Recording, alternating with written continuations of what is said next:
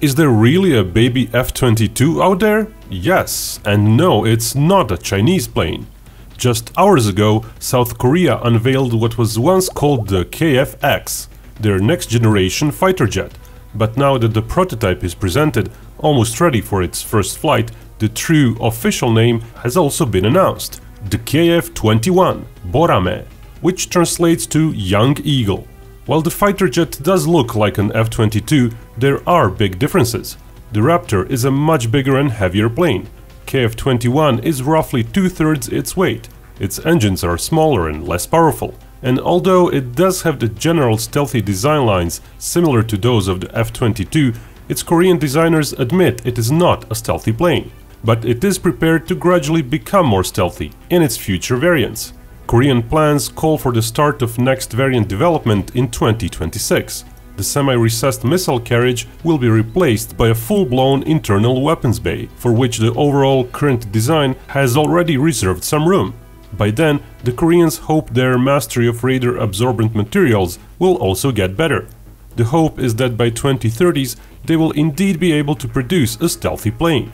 As for this early variant, it's still quite advanced. With a homemade AESA radar, integrated infrared tracking sensor, an electronic jammer suite, missile approach warning sensors, and an accent on situational awareness. Basically the usual laundry list for a modern fighter. It seems the KF-21 will have an ample number of external hardpoints for weapons carriage, with a total of 8 conventional hardpoints, in addition to the 4 dedicated semi-recessed air-to-air missiles. Of course, the plane itself is only a medium-class fighter, so it's not likely a very heavy load will indeed be carried in missions, especially at long range. Though the South Korean needs likely do not require very long-range missions anyway. The presentation did show the prototype colored in various countries' flags, showing the intent, or at least hope, the KF-21 will be exported. Curiously, one of the flags shown was Turkey's.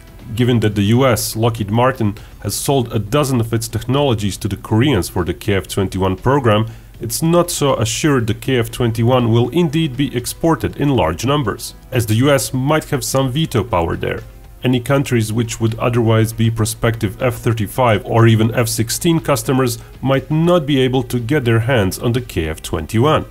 The plane has mostly been financed by the South Korea government at a 60% stake.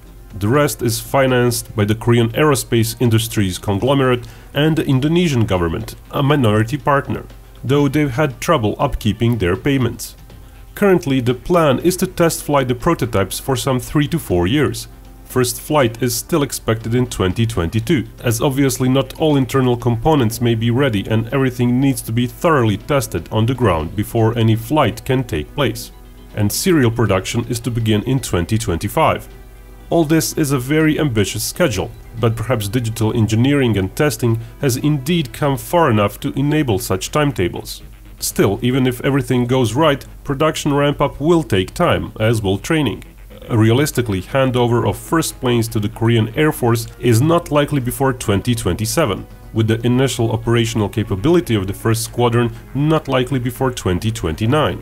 Korean government does hope for a very quick production though, with as many as 120 fighters in service by 2032, most probably all of the initial not-so-stealthy variant.